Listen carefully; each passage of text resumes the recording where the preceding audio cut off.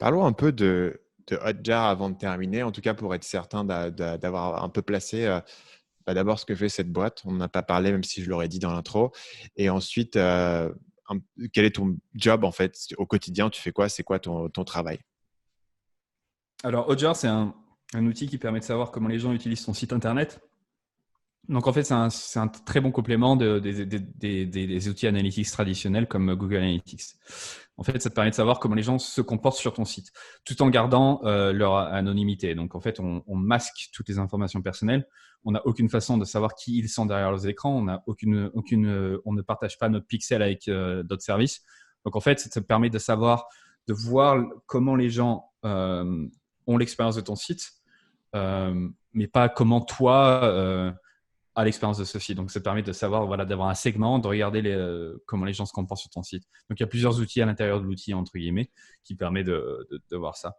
Et donc, moi, ça fait 3 ans que je suis là-bas. Et la raison pour laquelle je travaille chez eux, c'est parce que justement, j'ai interviewé leur PDG avec le podcast. Et c'est grâce à ça que j'ai ensuite rejoint.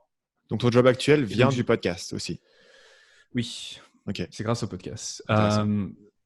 Donc, ouais, le PDG m'a envoyé un email après en disant, bon, on a une ouverture pour un job. Je pense que tu serais pas mal pour ça. Est-ce que tu veux nous rejoindre? Je suis quand même passé par le, le, le process normal, Mhm. mais voilà, donc j'ai été embauché. Et donc, moi, quand j'ai commencé, je faisais du contenu. Enfin, je n'écrivais pas de contenu, mais j'étais en charge de la stratégie de contenu. Donc, quand j'ai commencé, il n'y avait pas du tout le canal communication, enfin le channel content, contenu n'était pas là. Il n'existait pas. On faisait on générait presque aucun trafic et presque aucune nouveaux clients grâce au contenu. Et là, ça fait 3 ans. On a passé de zéro, enfin presque zéro à 150 000 visites mensuelles organiques et je crois 2000 nouvelles inscriptions par mois venant du contenu, spécialement du contenu. Et donc voilà, on a fait une méthode vachement journalistique. Donc moi, j'ai interviewé pas mal d'experts. Ensuite, j'avais mon éditrice qui écrivait.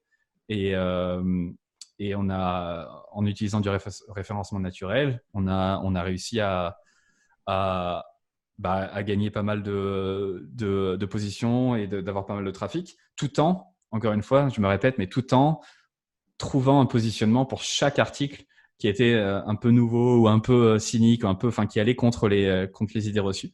Et ça m'amuse. J'adore faire ça et c'est vraiment ça, le fil rouge de ma carrière. Les trucs que j'adore faire, c'est ça.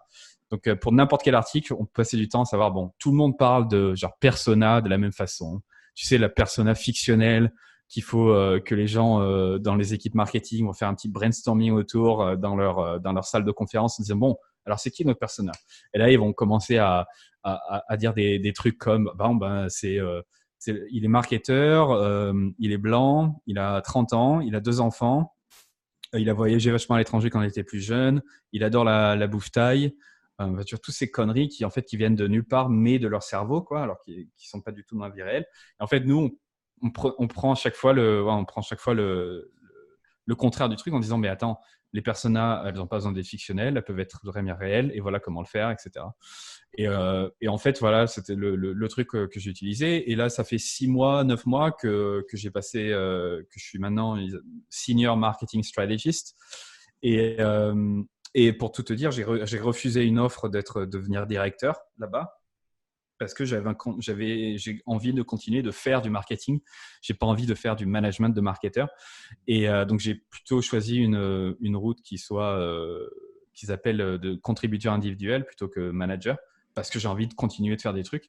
Et donc là, par exemple, c'est moi qui ai revu le positionnement entier de Hotjar. Donc, on a renommé la plateforme c'était All-in-One Analytics and Feedback. Maintenant, ça s'appelle Behavior Analytics. Ce que je t'ai dit au tout début, quand tu m'as demandé ce que c'était Hotjar, la petite définition disant que c'était un complément des outils analytics traditionnels. Ça a l'air simple comme ça, mais il y a énormément de débats là-dessus en interne. Moi, j'ai fait toutes ces recherches là-dessus. Donc voilà, donc le positionnement, le packaging de Hotjar en général, ça c'était l'un des derniers projets. Et puis là, récemment, en fait, ils m'utilisent vachement pour tester des nouveaux canaux de distribution, des nouveaux canaux de communication. Par exemple, là, je suis en train de tester tout ce qui est au niveau des co-marketing et partnership, donc les partenariats. Est-ce que ça peut marcher pour nous? Donc là, je me suis lancé dans un projet pendant 2 mois en essayant de trouver, encore une fois, quelque chose d'intéressant où on pourrait faire des partenariats avec des grosses boîtes qui complémentent ce qu'on fait et de faire un événement virtuel. Tout le monde fait des événements virtuels, mais de trouver encore une fois un positionnement et packaging bien différent. Et là, on va le lancer dans la semaine. C'est un événement virtuel au lieu d'avoir des présentations d'une heure où c'est gonflant, c'est ennuyant parce que personne ne dit rien, tout le monde vend son truc. On fait des présentations de 5 minutes. Donc, chaque invité a 5 minutes pour faire un truc, pour parler de quelque chose. Et ensuite, on passe au suivant et on passe au suivant. Et grâce à cette stratégie, encore une fois, d'un positionnement un peu différent, on a eu plus de 10 000 personnes qui sont enregistrées et c'est pas encore fini et le truc n'a pas encore commencé.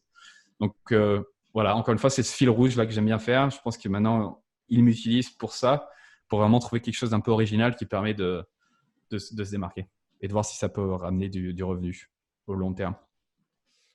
Oui, pour terminer ces épisodes, il y a 3 questions que je pose à tout le monde. Et la première question, c'est est-ce qu'il y a un livre que tu recommandes souvent?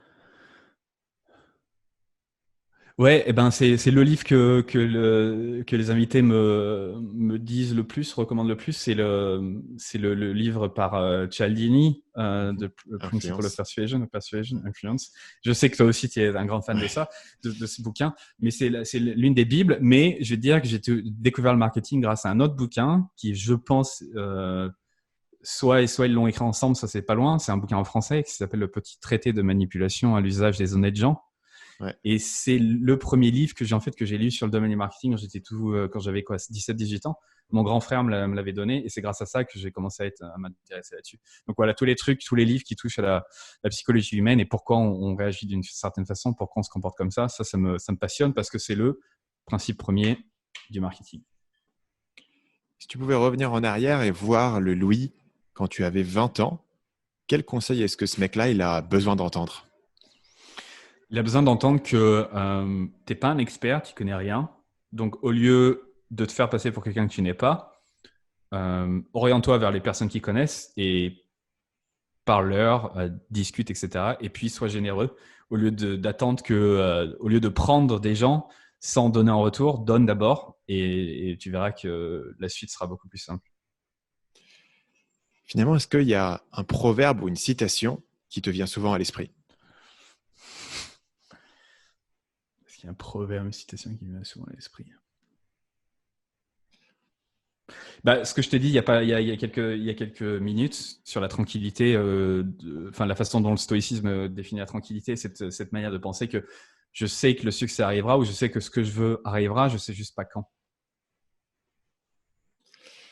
Écoute, sur ces mots de sagesse pour terminer, j'adore cette question de la citation, tu vois, pour terminer. Il y a beaucoup de gens qui ont la même réaction que toi, qui sont putain, mais qu'est-ce qui me pose de citation? mais ça fait toujours, tu vois, c'est une bonne manière de terminer le podcast. Merci Louis d'être venu partager avec nous. On mettra les liens vers ton podcast et vers ton site dans la description de l'épisode. Vous pouvez cliquer là-dessus pour aller retrouver Louis. Et puis, on se dit à la prochaine. Merci beaucoup. Salut, c'est Stan, j'espère que vous avez apprécié cet extrait du podcast Marketing Mania. Bien sûr, vous pouvez retrouver l'ensemble des épisodes du podcast, y compris les instructions sur comment vous abonner sur l'application Apple Podcast ou sur votre téléphone Android en vous rendant sur mon site à l'adresse marketingmania.fr/podcast. Je vous ai mis le lien dans la description de cette vidéo.